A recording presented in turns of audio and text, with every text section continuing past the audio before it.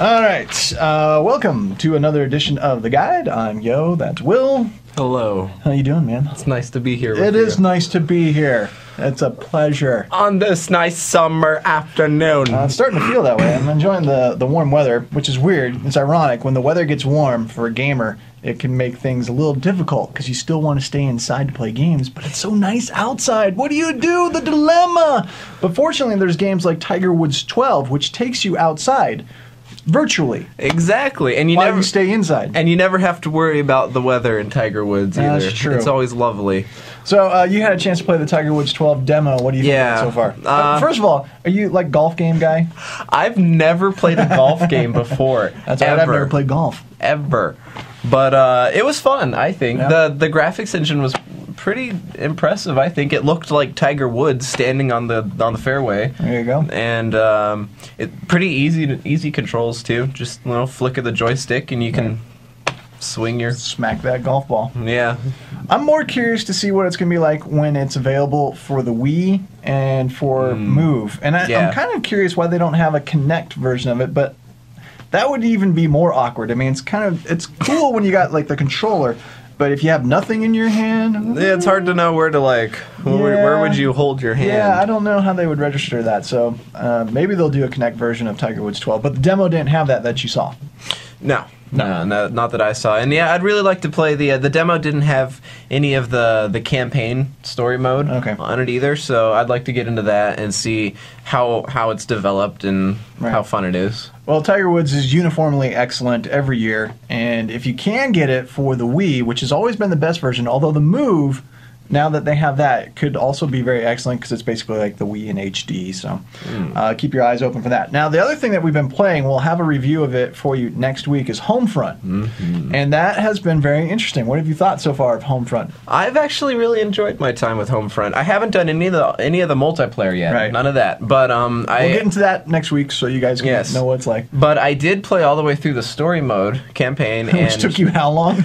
It took roughly 3.5 hours, so I mean it's not a very long-lasting game. Not in the single player, anyway. No, but it's really fun, and I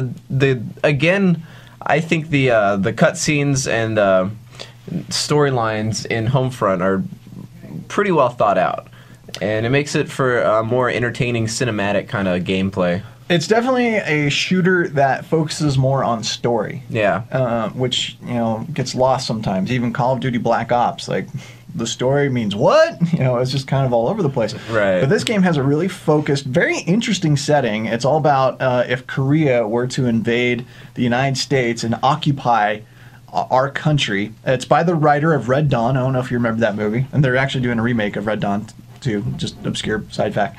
And also obscure side fact, they've changed the villain in the new Red Dawn from, I think it was going to be China, now they've changed it to Korea.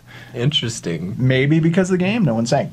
Nevertheless, the setting is very, very interesting. They set it up really well in the opening cutscene, where it just makes you feel a little uneasy. Oh, yeah. Because the game takes place in Colorado, and here you're seeing military occupation that's pretty brutal, and it makes you feel a little weird. Like, wow. And the setup, it feels plausible. Yeah, I think it's really cool though. This is the first shooter game that's really caught my attention with its storyline. Yeah, but the game definitely works hard to earn its M rating.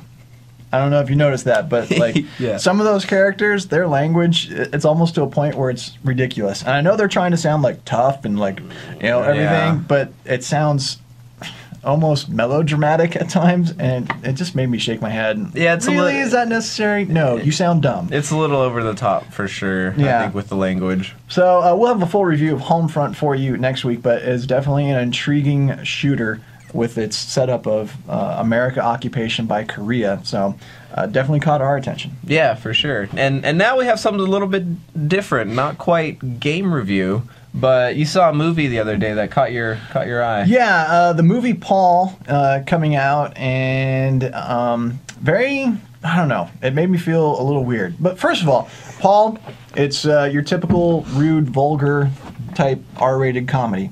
Okay. So that alone doesn't really recommend it to anyone. See, I find that interesting because I haven't seen the movie, but all I've seen are the previews. And from the previews that I've seen, I would never have guessed that description. Right. The trailers make it seem like some warm, fuzzy, family-friendly movie of like, it's slightly like E.T., but this alien's funnier than E.T., but hey, everyone go have a good time. No. Yeah, again, language is like all over the place. There's more bombs of the F variety dropped in this movie than we dropped in Iraq during Desert Storm. I mean, they just come fast and furious for no apparent reason. And a lot of the comedy is really vulgar. But the thing that caught my attention the most was the fact that this movie seems to think that if you're a Christian, you're a moron. How could you believe in God? That's dumb. Aliens exist, obviously. Every rational person knows that. So of course there's no God, and the Bible means nothing.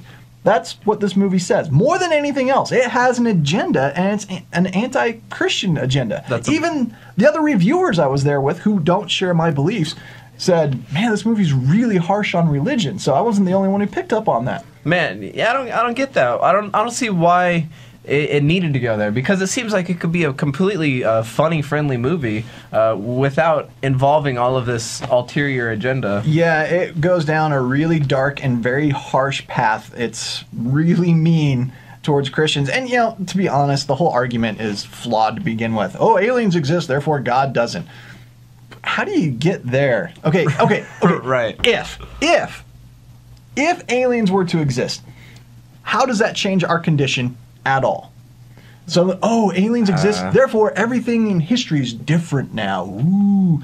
No, you see, the death and resurrection of Jesus Christ is one of the most well-documented events in all of history that won't go away if we discover extraterrestrial life.